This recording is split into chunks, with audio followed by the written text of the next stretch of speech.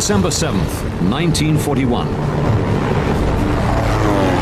An aerial strike force gathers and executes a surprise attack on the US Pacific Fleet at Pearl Harbor.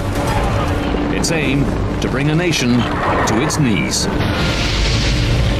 Thousands die in one of the most devastating defeats in military history.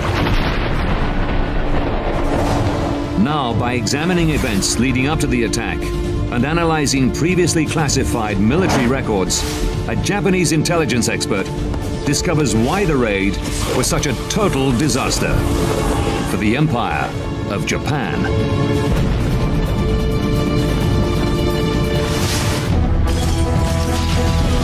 Disasters don't just happen. They are triggered by a chain of critical events. Unravel the fateful decisions in those final seconds from disaster.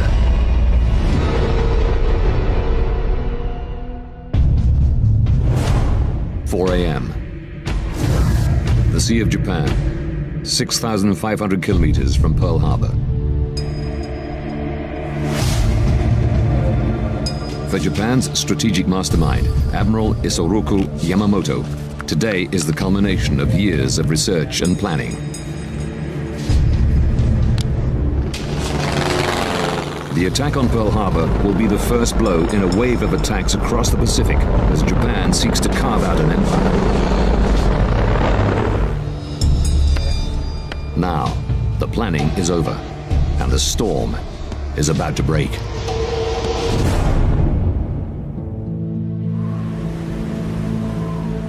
Aircraft carrier Hiryu, Central Pacific.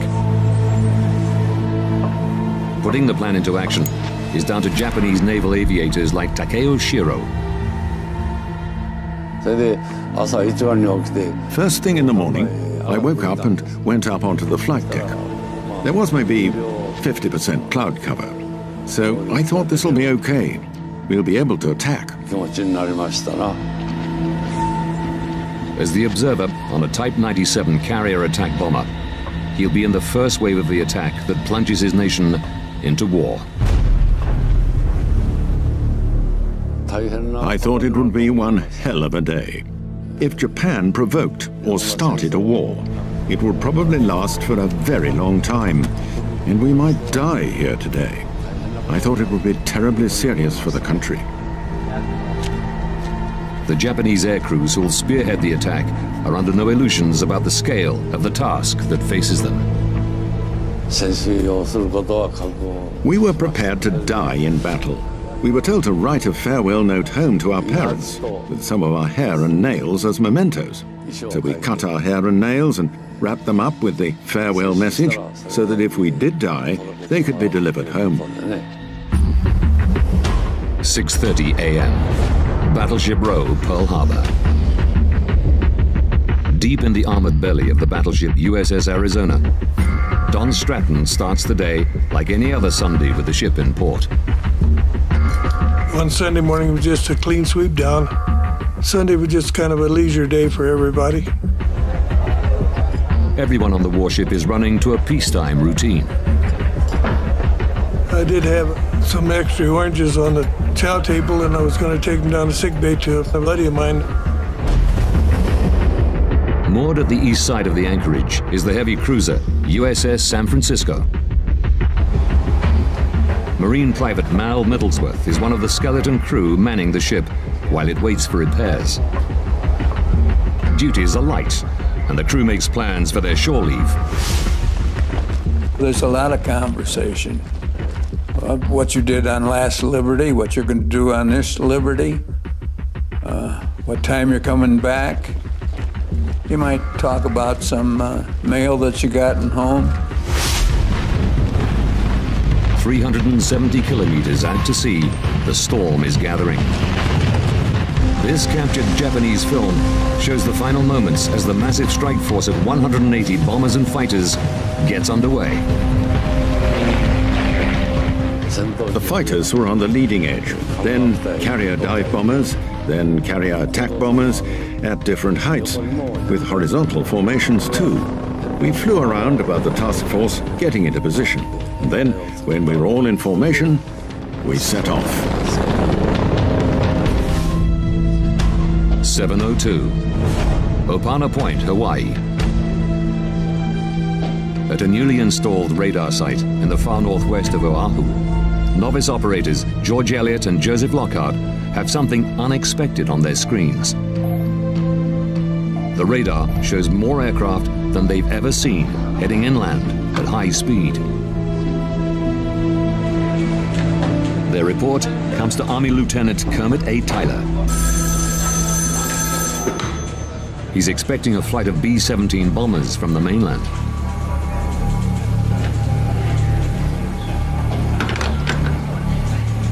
But the bombers of the 38th Recon Squadron are still hundreds of kilometers away.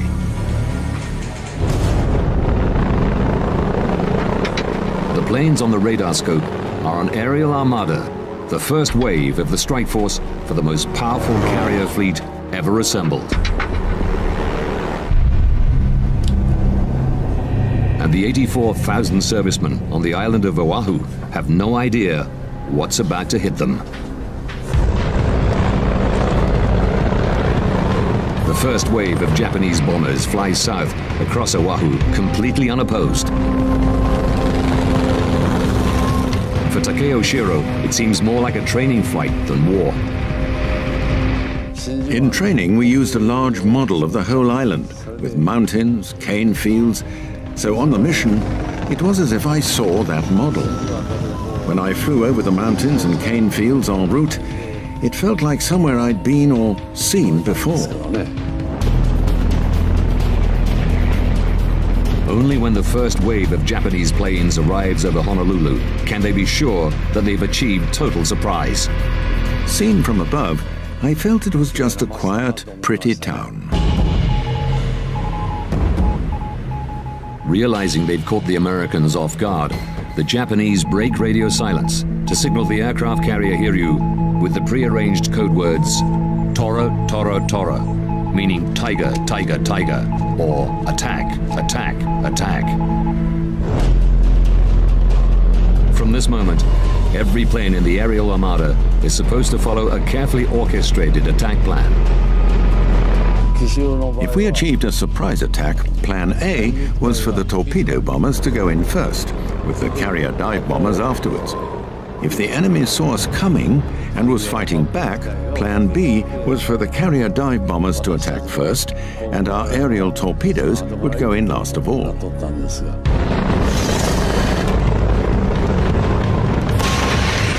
But when the attack leader fires a single flare to signal that they should execute Plan A, many pilots don't see it. When a second flare is fired, pilots who saw the first one think they're going for Plan B. In the confusion, the entire fleet attacks at once. We descended. We'd been flying between 3,000 and 3,500 meters since leaving the aircraft carrier until we dispersed, until we had the order to attack. Then we were told, all units attack. So in we went. 7:58 a.m. The sailors at Pearl Harbor are following the usual relaxed Sunday morning routine.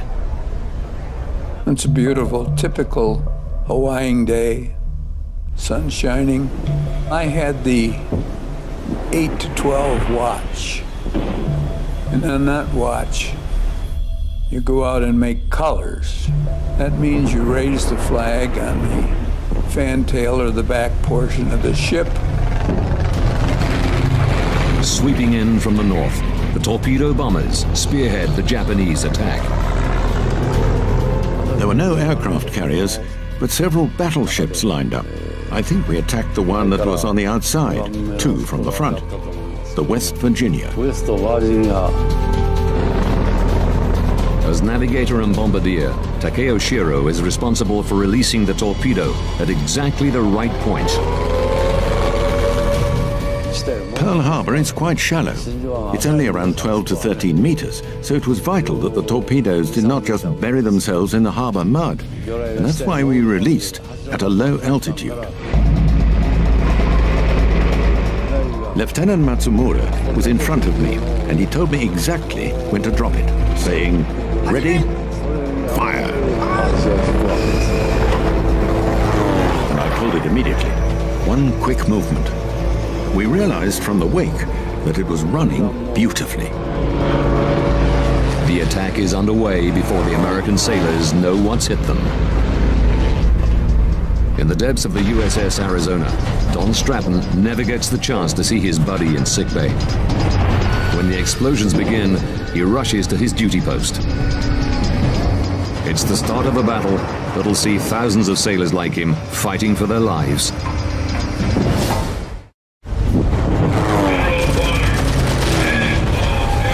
8 a.m. At Pearl Harbor, the peaceful Hawaiian Sunday morning is shattered by a devastating aerial bombardment.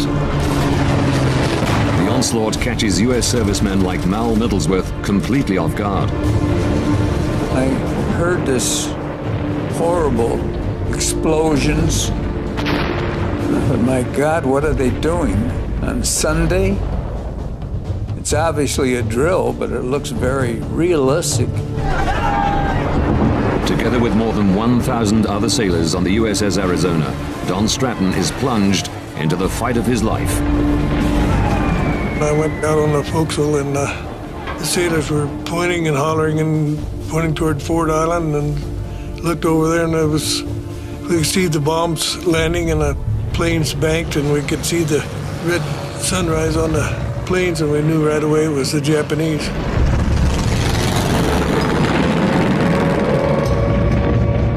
From the deck of the heavy cruiser USS San Francisco, Mal has a grandstand view of the attack. They're coming in to the right of me, so I can see the whole plane. I see it 30 to 40 feet away. One of the planes he's looking at is Takeo Shiro's B-5N Kate torpedo bomber. After firing the torpedo, we passed over the West Virginia's mast, high above their bridge. When I looked, the sailors on the West Virginia below me were running across the deck, trying hard to climb up to the bridge. While some were running, others were also diving in.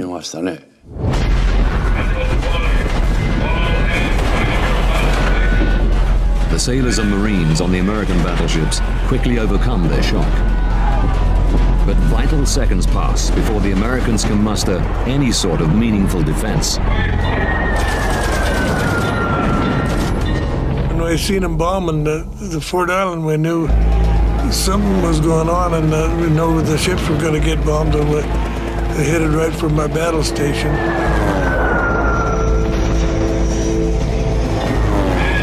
Don Stratton's job is to feed information to the anti-aircraft gunners on the port side of the USS Arizona. That's up about 5 ladders to get to up there to the sky control platform, they call it. But the other side of Pearl Harbor's main anchorage, Mal Middlesworth is stuck on a ship with no fuel and no ammo. There wasn't anything that I could do to respond to the situation. When you have the watch, the Marine has a .45 caliber pistol. I think the helplessness was one of the major feelings that you had. What can I do? How can I help? How can we get out of this mess? There was nothing we could do at the time. 8:02. While Mal Middlesworth watches helplessly, Don Stratton manages to bring some fight to the Japanese. Speed 230. We were doing some good, and I think the Japanese were very surprised that we were firing at them that quick. But the odds are stacked against the defenders, and after just a few minutes, they're running out of ammunition. We had 50 rounds of ammunition behind every gun, and we had to break some of the locks to get at the magazines and get the shells, but we fired all of those, and our gunnery officer went down to get some more. In spite of their often heroic efforts, the sailors struggle to cope with the combined aerial assault of low-level torpedo bombers, dive bombers, and high-altitude bombers. We were firing at the high-altitude bombers and the dive bombers that were coming in. We couldn't set our fuse for that altitude, all the bursts were very short. They were higher than we could get to them. To provide some record of the attack for the Japanese High Command, Shiro's pilot, Lieutenant Matsumura, climbs, then turns to allow him to take photographs. The shot becomes one of the most famous images of the attack on Pearl Harbor.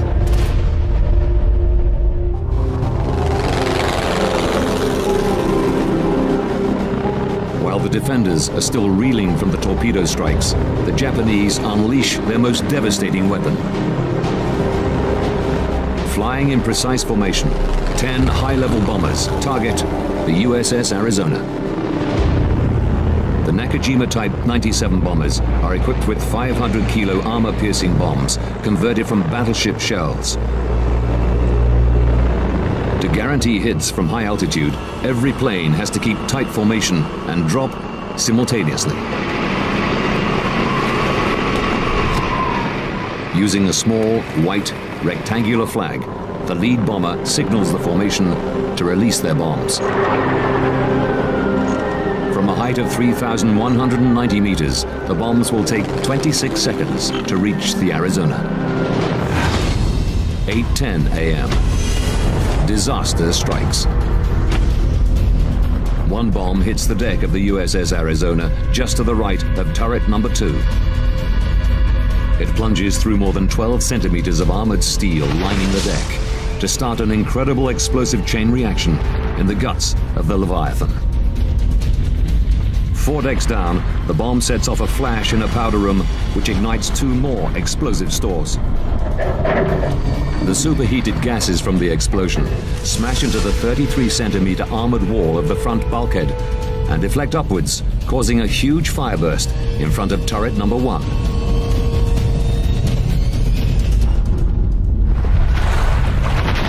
As the erupting gases break through the decks, the remaining ammunition stores ignite. The result is a catastrophic explosion that tears the ship apart. There was 1 million pounds of ammunition exploded, and it just raised the ship right up out of the water, and it blew to like about 110 foot of the bow of the ship clear off. The blast hits everyone on the ship. Even high up on the mast, Don Stratton is caught by the explosion. The ball of flame went up from the explosion and about 500 or 600 feet in the air, and it just enveloped us up there. And the captain and the admiral were both killed on deck right below me. I think it just incinerated them.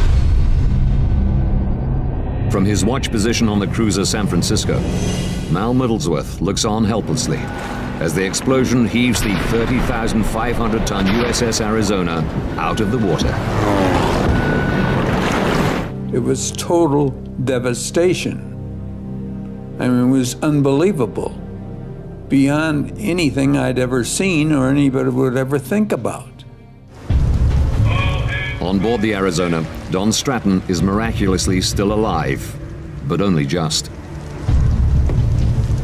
My face was burnt, and I lost part of my ear, and my back was burnt. My T-shirt caught on fire, and this side is pretty well burned up. And everyone else on the ship is either dead or too badly hurt to help. The fire is raging. The only hope of survival is to get off the ship and get onto the neighboring repair ship, USS Vestal. But they're 18 meters above the water, and the sea is aflame with burning oil. We seen a sailor on the Vestal, and we got his attention, and he threw us a heaving line. We pulled that across. We tied that onto the Arizona.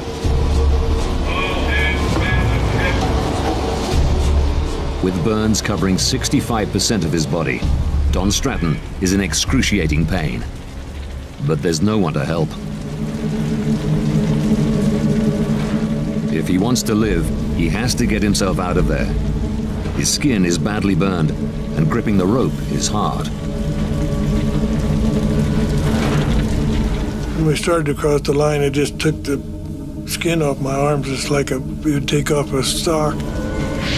We proceeded to crawl across the line hand over hand to the vessel, which were probably about 70 feet across and about 45 feet in the air.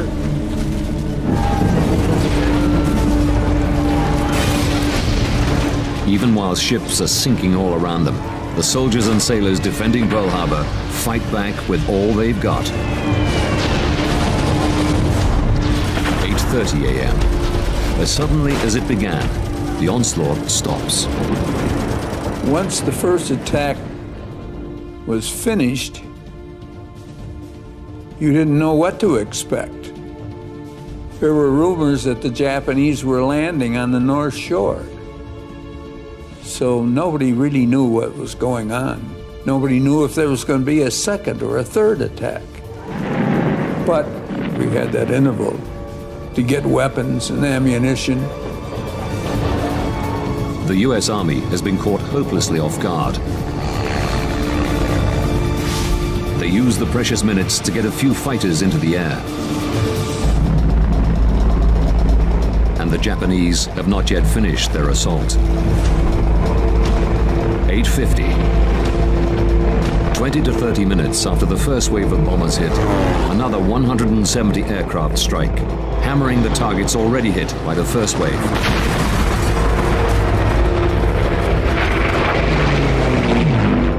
The other main targets are the airfields, which are subjected to furious strafing and bombing attacks throughout the morning. Because of fears of sabotage, the U.S. Army's planes are gathered together to make them easier to guard.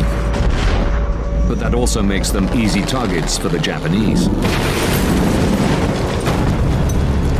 Over 180 U.S. aircraft are destroyed, with more damaged. In total, 4 American battleships are sunk, 4 damaged, and 13 more major ships destroyed or seriously damaged. In return, the Japanese have lost just 29 planes. For the Japanese air crews, the attack looks like a total triumph. We'd been able to strike a blow at the very start of this war. So as soldiers, it was a matter of great pride. We were very happy.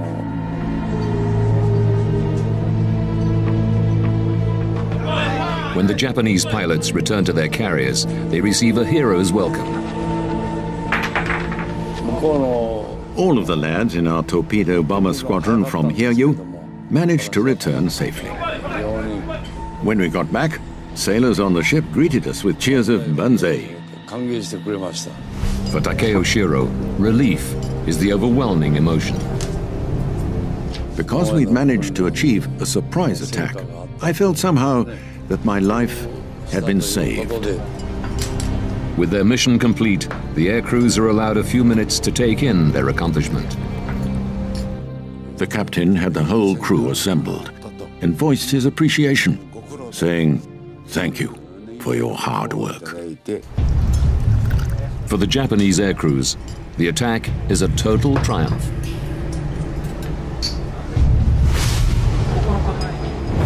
(3 p.m.)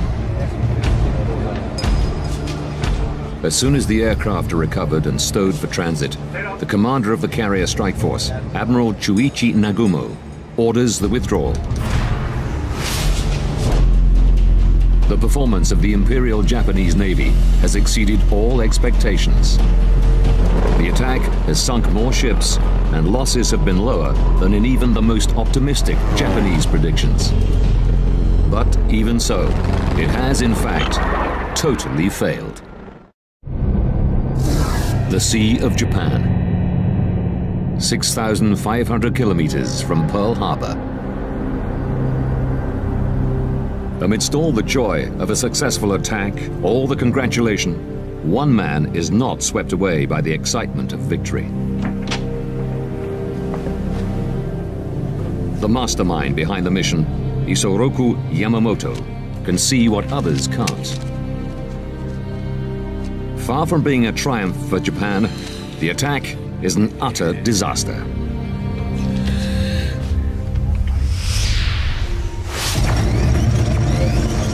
Now, 70 years later, we use previously classified military records to rewind events and investigate every aspect of the attack, to reveal why and how this painstakingly planned operation went wrong.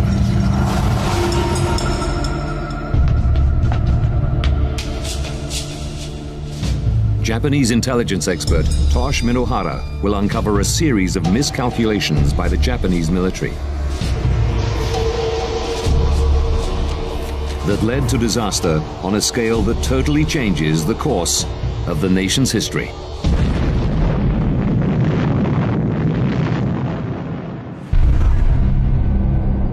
January 1941, 11 months before the attack on Pearl Harbor.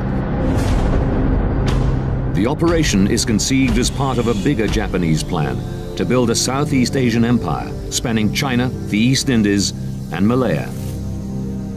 The Japanese Army's plan in the South was to secure Japanese resources, war-making resources. There were a lot of strategic materials down there, rubber being one, tin, and oil, of course, were very important. Japan's master strategist, Admiral Yamamoto, knows this plan will bring conflict with the Western powers. And he sees the US fleet at Pearl as the biggest threat to the High Command's plans. The American Navy could wreak havoc upon Japan's supply lines. The oceans are of paramount importance. Therefore, controlling the sea lanes means controlling the lifeblood of Japan. So Yamamoto plans a sucker punch, a preemptive strike to take the fight out of America and eliminate its capacity to intervene in the Pacific. The Japanese believed that perhaps the attack on Pearl Harbor would be such a devastating blow upon the Americans that the Americans would lose the will to fight. Yamamoto plans the attack on Pearl Harbor to be a crippling blow for the US Navy. But our investigation shows how key errors in the tactical planning and the operational control of the attack turn it from triumph to disaster. Admiral Yamamoto knows that aircraft carriers will play a critical role in the war to come, and the American aircraft carriers based at Pearl Harbor are priority targets in his attack plan.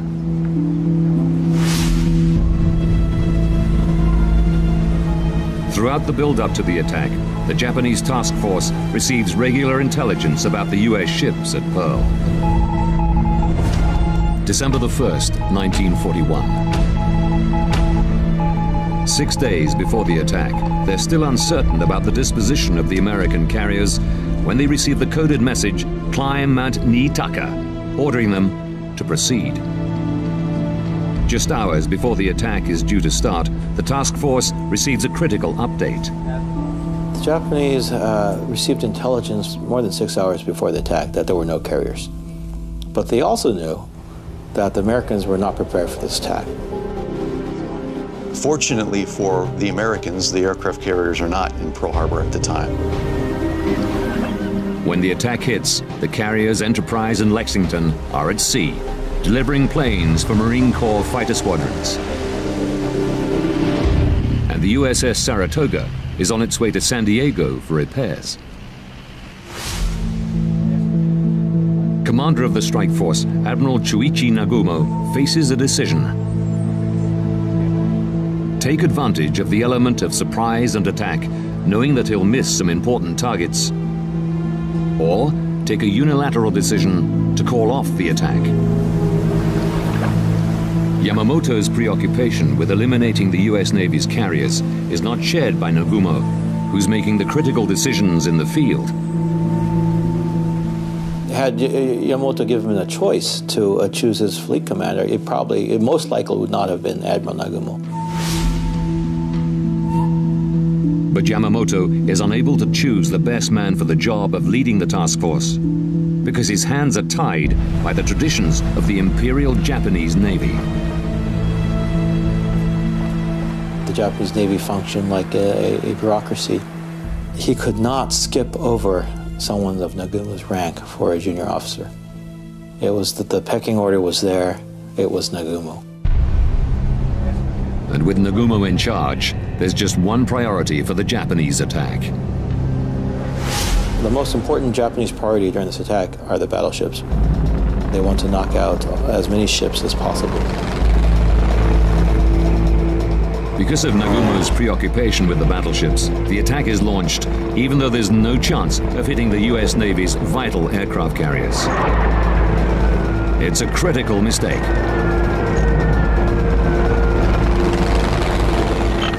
But even without hitting the carriers, the attack on Pearl Harbor could still have struck crippling blows on the US Navy, if it had hit the right targets. Because of fundamental flaws in the Japanese Navy's martial mindset, critical facilities like Pearl Harbor's ship repair yards are ignored. Soft targets were considered to be, from a Navy point of view, unfair. They were concerned about this. And as a Navy person, you went after the big ships. And the big threat were the American battleships. The shipyards and so forth would support American war effort, but would not be a direct threat towards Japan. It's the ship, it's the actual hardware which poses the threat. It's a decision that costs the Japanese dearly. Of the 21 ships that are destroyed or damaged in the attack on Pearl Harbor, 18 of those ships are salvaged within a matter of a few months. The Japanese Navy's obsession with hitting the big ships means the attack misses another important target. They didn't destroy the submarine base, and those submarines would go on to carry the war directly to Japanese home waters and the merchant fleet. In the end, it's the submarines operating out of Pearl Harbor that strangled Japan into submission, totally cutting it off from supplies of food and resources. But perhaps the most devastating blow the Japanese could have struck on the day was an attack on the US Pacific Fleet's fuel storage facilities. The Pearl Harbor tank farm contains more than 650 million liters of fuel. Enough to fuel the Pacific Fleet for 10 months. Americans simply would not have been able to maintain the Pacific Fleet in Pearl Harbor without those fuel tanks. Minohara has discovered that the decision not to target these critical facilities goes right back to the initial planning of the operation. Admiral Yamamoto explicitly said, do not attack the fuel supplies, and at least for the first strike, because there'd be smoke and visibility would be very low. Japanese air power would be neutralized, and therefore it was explicit instructions were sent out, don't create smoke. Good visibility was vital for accurate bombing and visual confirmation of damage. But Admiral Chester Nimitz, who takes over as commander of the Pacific Fleet, admitted that a strike here could have set the American war effort back 2 years. Important targets like the fuel supplies could still have been hit if Nagumo had stuck to Yamamoto's original attack plan. Initially, the Japanese war plan called for a second strike, that once the planes would come back, they would refuel and then attack again. On the day, many Japanese officers realized that the job they set out to do is only half done.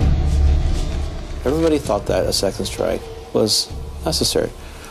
The person who opposed was Admiral Nagumo.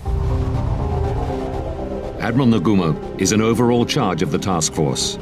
And with the US battleships devastated, he believes the attack is a resounding success and doesn't want to jeopardize what has been achieved. The reason why Nagumo is against launching the second strike is because he's afraid of where the American carriers are. He does not know where they are. He's afraid of a counterattack. He also has lost 0 ships, and he does not want to lose any ships. He wants to come back as a hero. And he believes it's a risk that he does not need to take. Nagumo knows damage to Japan's carrier task force could have crippled their war effort just as it was beginning.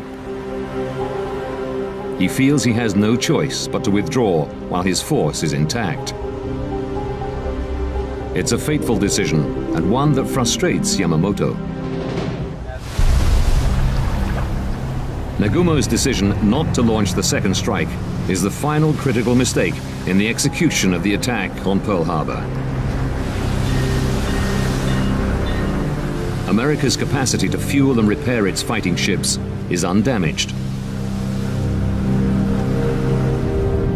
And the deadly submarines of the Pacific Fleet are left free to prey on Japanese shipping.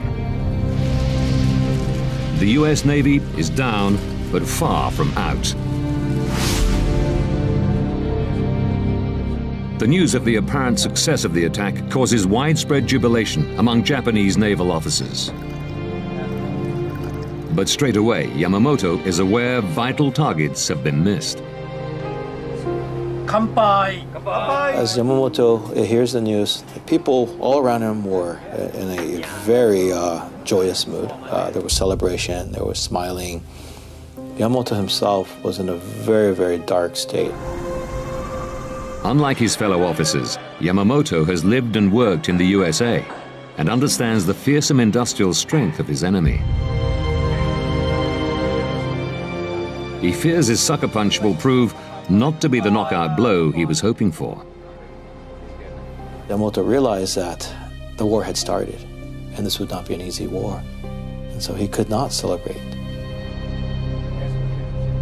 What Yamamoto does not realize is that another critical element of his plan has gone wrong. One that will have dire consequences for Japan. The attack on Pearl Harbor is supposed to cripple the US Navy Pacific Fleet and crush American morale. The United States of America is not demoralized. Just the opposite. The nation is enraged and discovers it has an appetite for war. By sneaking up on the United States and killing over 2,400 Americans and wounding many more, by doing that in the way that they did it, that really shook American resolve in a way that nothing else probably could have. But Professor Minohara's research shows the attack was never meant to be a literal surprise. Traditionally, the Navy has been very, very sensitive to maintaining international agreements. And therefore, for them, it was imperative that a declaration of war be made in advance. But to maintain a tactical advantage, the Navy plans for a warning message to be delivered to Washington just before the start of the attack. But the timing is too tight for the diplomats of the Japanese Foreign Ministry. The Japanese embassy said 30 minutes is cutting it pretty close. Give us more time. Give us more leadway so that we can warn the Americans that we are putting off negotiations. The Navy, being very cautious, said no, let's make it 30 minutes. The Navy says the success of this mission depends on surprise. If we let the Americans know too early, then they'd be prepared and could jeopardize this entire mission and could jeopardize the fate of Japan. This was a one-chance operation. Now the investigation reveals how the Japanese Navy's determination to maintain an element of surprise ended up placing the nation of Japan in greater danger than they could ever have imagined.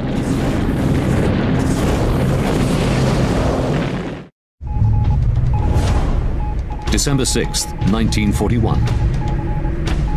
The day before the attack, the Japanese begin transmitting a lengthy message to their ambassador in Washington.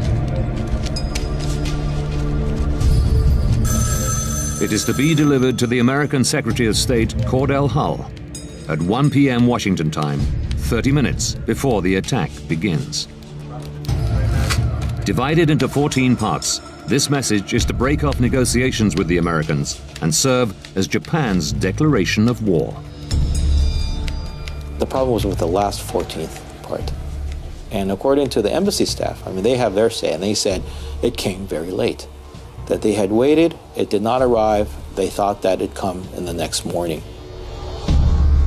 The delay is fatal. Before the message can be delivered to the Americans, it must be decoded and transcribed. Normally they would have an American staff. She would do the typing and so forth. All American staff were asked to leave the embassy. And so this was done by the Japanese diplomats. And they're not used to typing. They were probably finger typing, and it just took up too much time. But in spite of all the Japanese efforts at secrecy, the Americans are listening in. The Military Signals Interception Project, codenamed MAGIC, is intercepting every message to the Japanese embassy. So they knew pretty much everything that was taking place between Tokyo and Washington. And interestingly enough, they knew before the Japanese ambassador, Nomura himself, knew. The signals intercepts confirm American suspicions that something is going to happen, but they don't give any detail about what's going to happen or where. Without this critical detail, all they can do is issue warnings to military bases across the Pacific. December 7th, 7:48 a.m. As Takeo Shiro's plane approaches Pearl Harbor, the warning still hasn't arrived. And as the first bombs fall, the Japanese ambassador is still waiting for the transcription of his message to be completed. He has to delay his vital meeting with the American Secretary of State, Cordell Hull. And by the time the warning message from Washington makes it to Honolulu, the Arizona is burning. Because the Americans don't get the declaration of war before the bombs start falling, they view Pearl Harbor as an underhanded sneak attack. This was an attack on American soil, and even peaceful Americans were not going to tolerate that. Once attacked, the Americans were going to fight back. To most of the Japanese high command, the late delivery of the message is just a detail, and the strength of the American reaction shocks them. They did not realize that this would strengthen the American will to fight, that you would unite a divided America. But to the architect of the plan, who knows America and understands his enemy, it is a critical failure. Admiral Yamamoto was shocked to hear that the declaration of war came late. He felt that this was a tremendous blunder, that this would harden the American will to fight. We can now reveal the series of critical blunders in the planning and execution of the attack on Pearl Harbor that meant that this overwhelming tactical victory led to the beginning of a disastrous war. 6 days from disaster, the Japanese Carrier Task Force is committed to the attack. 6 hours from disaster, intelligence reports reveal the strike force will miss the American aircraft carriers at Pearl Harbor.